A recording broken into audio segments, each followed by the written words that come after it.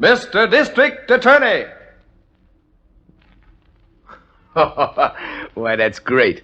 The DA ain't gonna have a leg to stand on.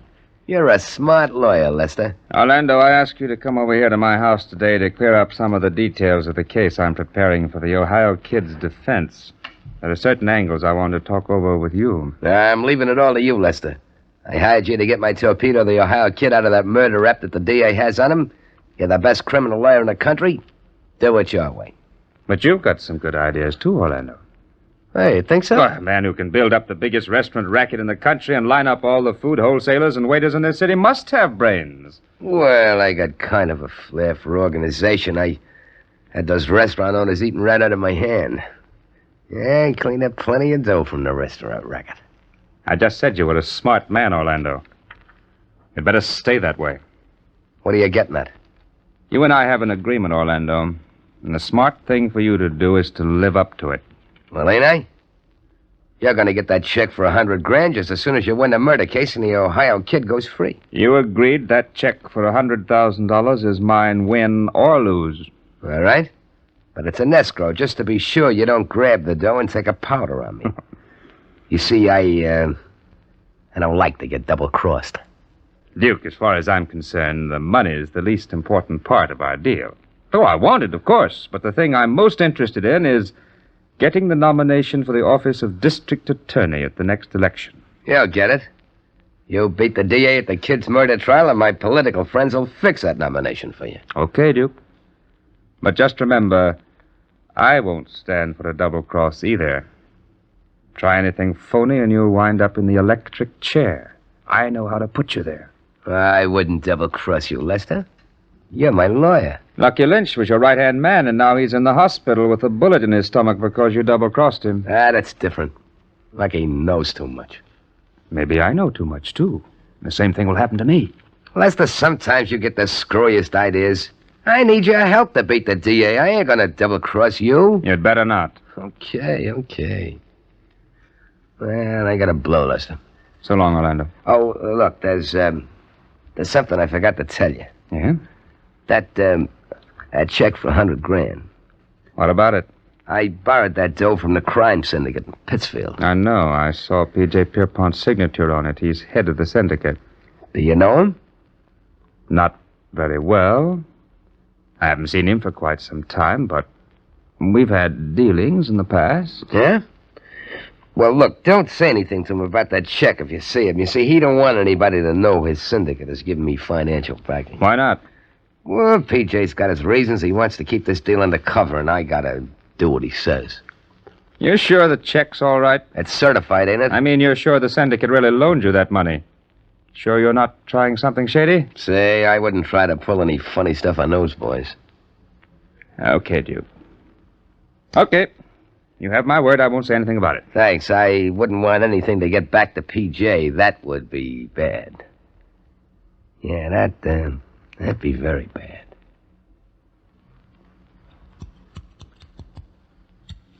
Not too much off the top, Emil. My hair's thin enough up there as it is.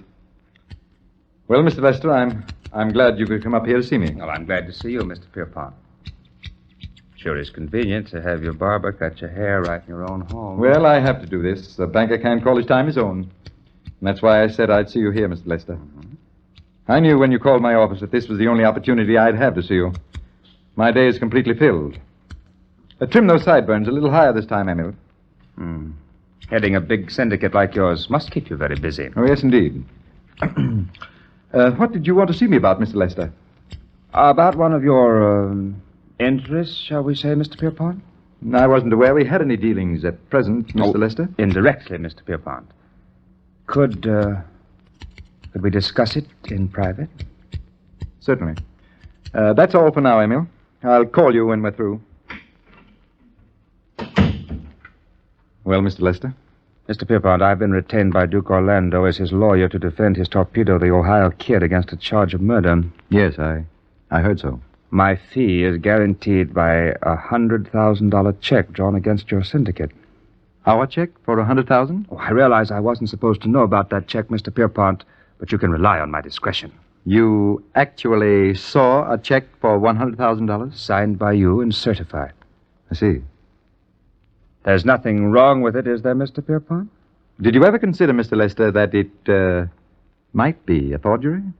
You mean you didn't give Orlando the money? Well, that's entirely possible. I get you, Mr. Pierpont. You don't want to talk about it. You're assuming that we're financing Mr. Orlando. I'm not assuming anything. I know you're backing him, but you needn't worry. I won't talk about private investments, shall we say? Call it what you will. I'd advise you not to say anything about this matter to anyone. Okay, have it your own way, Mr. Pierpont. I don't know Duke Orlando. I never saw the check, and I don't know anything about you or your crime syndicate. You're a shrewd article, Mr. Pierpont. It was very careless of Mr. Orlando to show you that check. Oh, he isn't entirely to blame. You see, I demanded cash in advance for my services as attorney. He had no alternative but to show me the syndicate's check. I'm glad you told me about this, Mr. Lester. I know you won't carry it any further. You can depend on me, Mr. Pierpont. Nothing will get out. I just wanted to know where I stand. Mr. Lester, you'll have to excuse me now. As soon as Emil finishes my hair, I've got to call a special meeting of the board. A certain matter needs immediate attention. Good afternoon, gentlemen. Hello, PJ. Is everyone here? Where's Reeves? You have to fly to the coast, PJ. Some Oh. trouble with the West Coast Company we're financing. Well, we'll hold this meeting without him. Something very important has come up. What is it, PJ? Gentlemen, I believe you were all present a few days ago when Mr. Duke Orlando asked this syndicate for a loan of $100,000. Yes. And I believe it was the unanimous decision of this board not to approve the loan. Am I correct? Quite right, PJ. What's all this leading to, PJ? This. You may be interested to know, gentlemen, that Mr. Duke Orlando has a certified check drawn on our syndicate in the amount of $100,000. But that's impossible, PJ. We refused the loan. Nevertheless, such a check is in existence. I learned of it today from Mr. Lester, Orlando's attorney. Gentlemen, Duke Orlando has deliberately forged a $100,000 check on our corporation. We've got to get that check stopped. That's right. But, gentlemen, there's a principle involved here that I must bring to your attention. Duke Orlando is misrepresenting to certain parties that he has our financial backing. We know Orlando is a poor credit risk, and so do others. And when he claims he has our financial support, he's putting our syndicate in a very bad light. You're right, PJ. Our clients will get the impression we're careless in our investments. Exactly. Our reputation in banking circles is sound. Should it become known that we advance money to poor credit risks, such as Duke Orlando, our whole financial standing would be undermined. We can't afford that. Decidedly not, gentlemen. This is a matter for our collection department. And I suggest we send several of our credit men to dispose of the matter at once.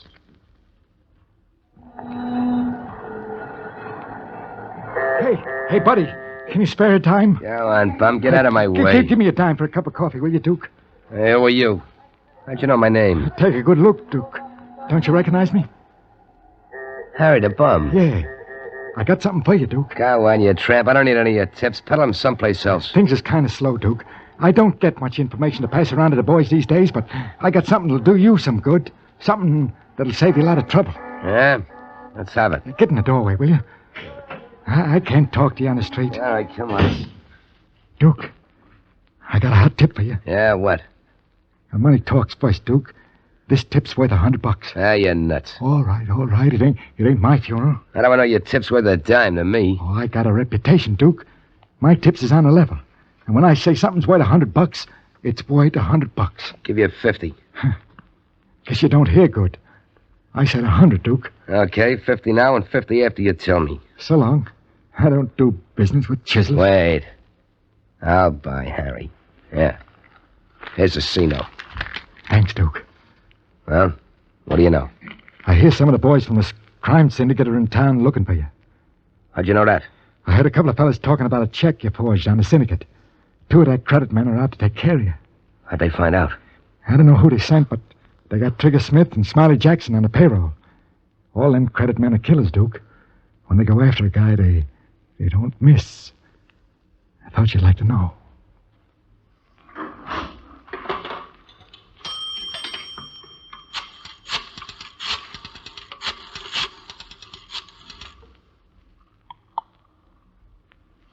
Hello? District Attorney speaking. Hello, dear. This is Duke Orlando. Orlando? Yeah, I understand you're looking for me, D.A. Not particularly, Orlando. Well, I'm coming right down to see you. I don't want to see you now. Now, listen, D.A. When I want you, Orlando, I'll come and get you. Goodbye. Well, Harrington, that's one I can't figure out. Duke Orlando wants to give himself up. The pressure must be getting too tough for him, D.A. Maybe he wants to make a good impression when we get him in court. He can say we didn't have to go out looking for him. He sounded pretty nervous on that phone. Something's got him scared. Don't know just what, but after I get through with these reports, I'm going over to the hospital and have a talk with Lucky Lynch. He ought to know what's up. Yes, if he's well enough to talk. He's not been coming along so well the last day or so. Now, you get out of here, Harrington. I've got about 2 hours' work on these reports before I can get over to the hospital. Calling Dr. Jones. Calling Dr. Jones. Dr. Wilson wanted in surgery. Calling Dr. Jones. Calling Dr. Jones. Oh, Mr. District Attorney. Good afternoon, Doctor. I'm on my way in to see your patient, Lucky Lynch. How is he? I want to speak to you about him. He's been in a coma most of the day. I didn't know he was that bad, Doctor. The drains we have in his wound show that infection is setting in. Oh, it's serious, isn't Bullet it? lodged in the stomach wall, and when infection develops that close to a vital organ, we've got a fight on our hands. Then it may be fatal? It's a 50-50 chance, Mr. District Attorney. Can I see him now? Yes, he's conscious, but I wouldn't ask him to talk very much. He's extremely weak. Strain of talking would react unfavorably. All right, Doctor. Thank you. Hello, Lucky. Now, don't say anything. Let me do all the talking. The doctor says you shouldn't exert yourself. Now, I'm going to ask you some questions. Just answer yes or no if you can. Lucky, I've been in my office for the past 2 hours, and in that time, Duke Orlando has telephoned 3 times. He says he wants to give himself up. Each time he called, he sounded more nervous and jittery than the time before. Can you think of anything that would make him so panicky he'd run to me for help? Has he any underworld enemies who might be out to get him? Can you answer that, Lucky? Has he any enemies? Lucky. Lucky. Oh, nurse, come here right away. This patient is unconscious. He may be...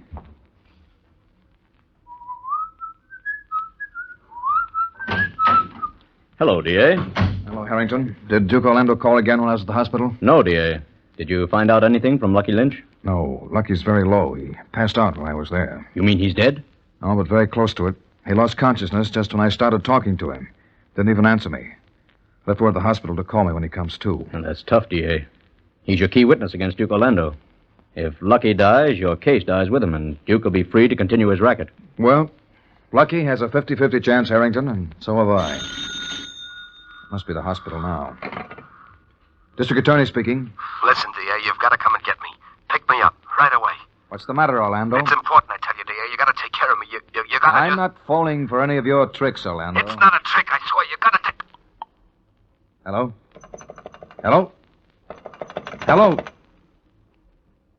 Harrington, something's happened to the Duke. I've got to get out of his house fast.